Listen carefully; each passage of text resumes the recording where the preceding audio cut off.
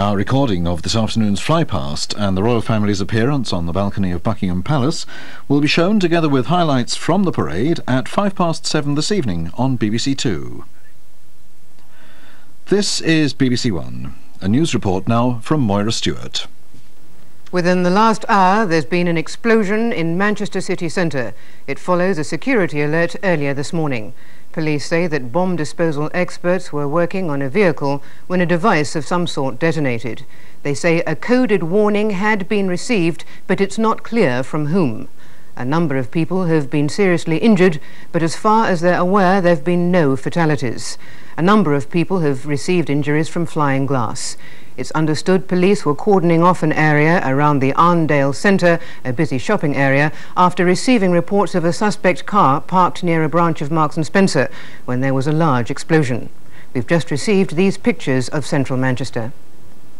Police are concerned there may be other devices in the area, and we're joined now on the phone by Brendan Pittaway, who's at the scene. Brendan, what can you tell us? Well, what I can tell you is that from about 10:15 this morning, police were cordoning off a large portion of Manchester city centre, having received a warning, a coded warning, and also having become aware of shoppers' concerns about a suspect car parked near a branch of Marks & Spencer's on Cannon Street, which is right in the heart of Manchester's shopping area. About an hour after police had begun cordoning off the area and evacuating buildings of people into the main centre of the city, there was a loud explosion. It could be heard right across the city centre. Buildings shook, windows shattered. The centre of the city, where the main offices are, is now a sea of glass. Certain people have been injured. I myself have seen 2 people injured by flying glass, and there have been hordes of ambulances ferrying people out of the centre. Certain people in basements were ordered to stay put and not move from those buildings when the explosion happened. We don't yet know if any of the bomb disposal officers who were working on the car when the explosion happened, whether they have been injured or how seriously any of the people who have been injured have been hurt. Brendan, I take it you are okay?